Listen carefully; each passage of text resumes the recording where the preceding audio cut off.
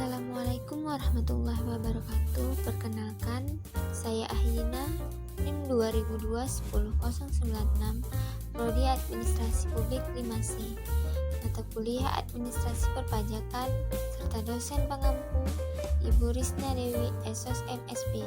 Nah, di sini saya akan menjelaskan tentang pajak pertambahan nilai barang dan jasa. Pembahasannya yaitu pengertian PPN, karakteristik PPN, objek pajak, serta subjek pajak. Baik, kemudian yaitu pengertian dari pajak pertambahan nilai.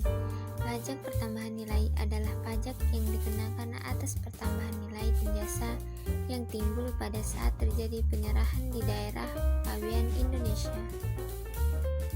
Kemudian yaitu pengertian umum PPN. Yang pertama yaitu daerah pabean. Daerah pabean merupakan wilayah Republik Indonesia yang meliputi darat, perairan, dan udara, serta ruang-ruang tertentu di zona ekonomi eksklusif dan landas kontinen. Di dalamnya berlaku undang-undang yang mengatur mengenai kepabeaan.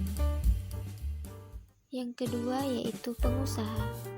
Pengusaha adalah orang pribadi atau badan dalam bentuk apapun yang dapat melakukan kegiatan usaha atau pekerjaannya menghasilkan barang, mengimpor barang, mengekspor barang, melakukan usaha perdagangan, dan lain sebagainya. Jadi, pengusaha di sini dapat berupa orang pribadi atau badan perusahaan.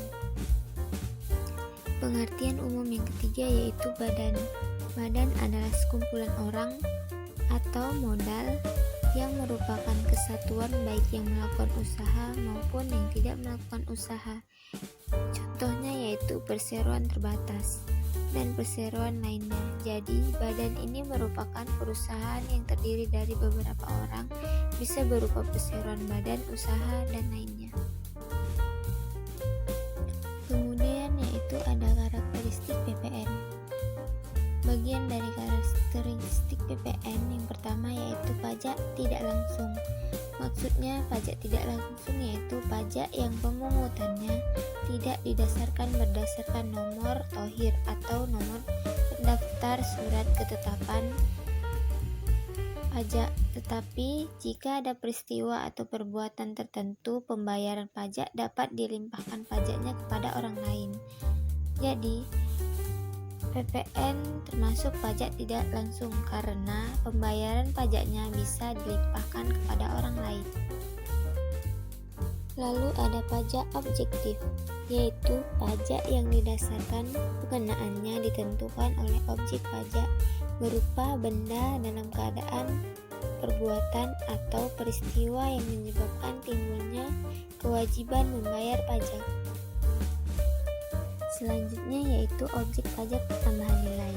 Penyerahan barang kena pajak. Setiap kegiatan penyerahan barang kena pajak yang mengakibatkan pemindahan hak atas barang sesuai jual beli, tukar tambah, jual beli secara angsuran, dan lain sebagainya. Yang kedua yaitu impor barang kena pajak. Setiap kegiatan memasukkan barang dari luar daerah pabean ke dalam daerah pabean. Jadi setiap ada impor barang kena pajak. Ketika mengimpor pajak akan dikenakan PPN. Selanjutnya kita akan membahas tentang subjek pajak pertambahan nilai. Yang pertama adalah pengusaha kena pajak. Pengusaha merupakan orang pribadi atau badan. Jadi pengusaha ini melakukan usaha perdagangannya dengan cara mengimpor. Yang kedua yaitu pengusaha kecil. Jadi, pengusaha kecil juga akan dikenakan pajak. Pengusaha kecil adalah barang kena pajak atau jasa kena pajak dalam satu buku dan memperoleh kenaikan bruto tidak lebih dari 600 juta. Yang ketiga yaitu bentuk kerjasama operasi. Bentuk kerjasama operasi yaitu merupakan wajib melaporkan usahanya untuk dikenakan pajak atau pengusaha kena pajak. Bentuk kerjasama operasi ada dua macam, yaitu yang pertama bentuk kerjasama operasi yang langsung, yang kedua yaitu bentuk kerjasama operasi tidak langsung.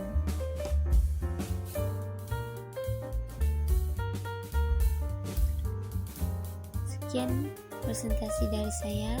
Terima kasih. Thanks for watching.